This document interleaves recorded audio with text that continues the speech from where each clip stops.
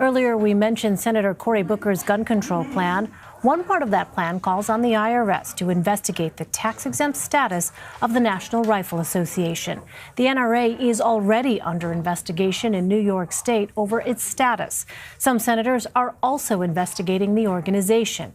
Katie Zezima writes in the Washington Post, quote, 3 Senate Democrats have asked current and former National Rifle Association executives and the organization's public relations firm to turn over letters, third-party audits, memos, and other materials as they look into allegations of self-dealing and examine the NRA's nonprofit status. And Katie joins us now from Washington. She's a national correspondent for the Washington Post. And Ed O'Keefe is back with us as well. I understand you two were seatmates. Is that true? Cubicle mates at the literally Post? sat next to each other back in the day. All right. So I miss you, Ed. He's ours now, Katie. Good to see you. All right. Katie, thanks so much for being with us. Can you just summarize for us, first of all, the various allegations involving the NRA at this point? Because I'm not sure a lot of people have been following sort of the ins and outs, perhaps as closely as we have. Yeah, absolutely. So over the past couple of months, there's been various media reports alleging kind of excessive spending that's been happening at the NRA and self-dealing that's been happening at the NRA. One big thing that happened was that the NRA sued its longtime public relations firm. This is a public relations firm that brought us, Charlton Heston from My Cold Dead Hand. It's called Ackerman McQueen, and it's based out of Oklahoma City. The NRA paid it more than $40 million in 2017. So there's a big rift there. So all of those things are happening kind of over the past couple of months. And then last weekend in Indianapolis, the NRA had its annual meeting, which is where its board of directors gets together and members from all over come. It's basically a big gun show with a corporate side.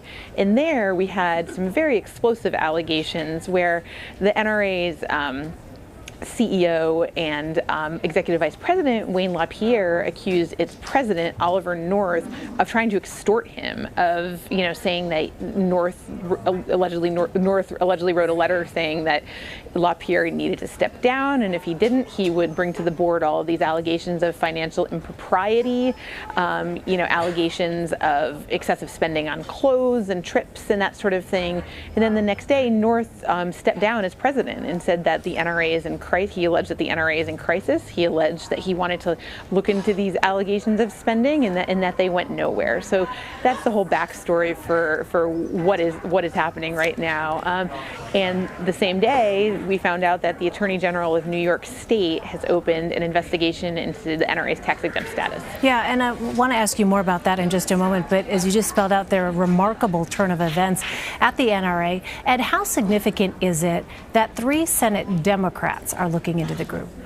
Well, and they're members of the Senate Finance Committee, so they actually have some ability to make these kinds of requests, even though they're in the minority.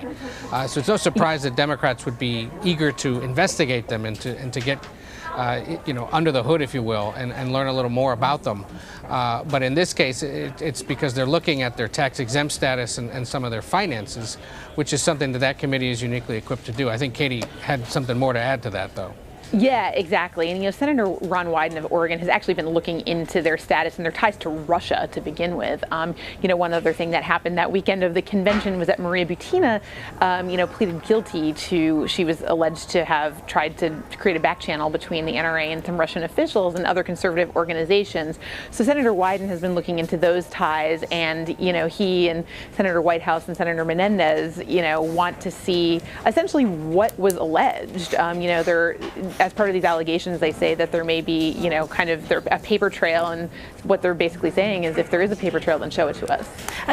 Katie, I recall having conversations with groups on the left that said they wanted to take sort of the NRA's model of outreach and the well-oiled machine that it was politically and use that as a model for their own efforts. The ACLU being an organization, for instance, that was saying, this is an opportunity when we look at how it is that the NRA operates and its reach and its outreach.